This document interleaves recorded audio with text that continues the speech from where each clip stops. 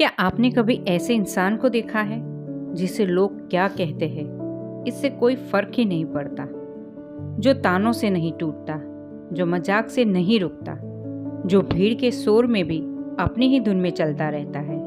लोग उसे पागल कहते हैं, नासमझ कहते हैं और कहते हैं इससे कुछ नहीं होगा। लेकिन शायद सबसे खतरनाक इंसान वही होता है जो दुनिया की बात सुनता ही नहीं है।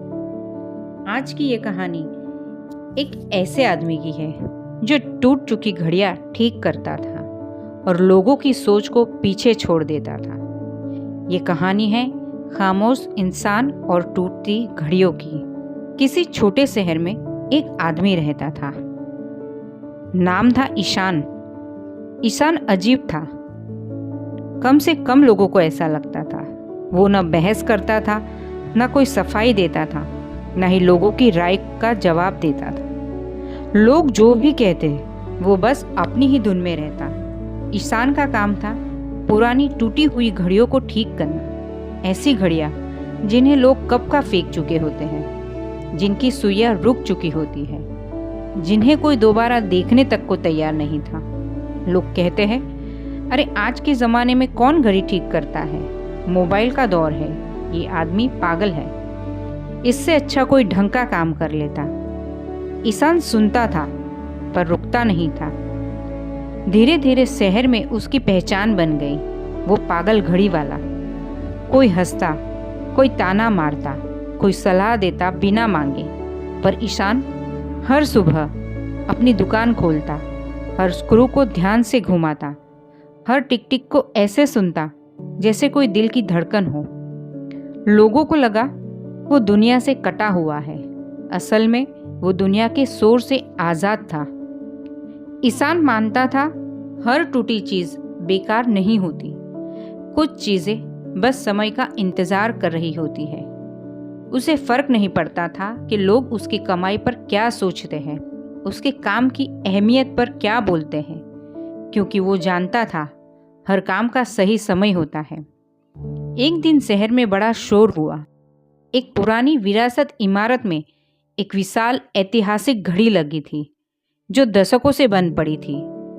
सरकार ने ऐलान किया, जो इसे ठीक करेगा उसे सम्मान मिलेगा। बड़े बड़े इंजीनियर आए, मशीनें लगी, पर घड़ी नहीं चली।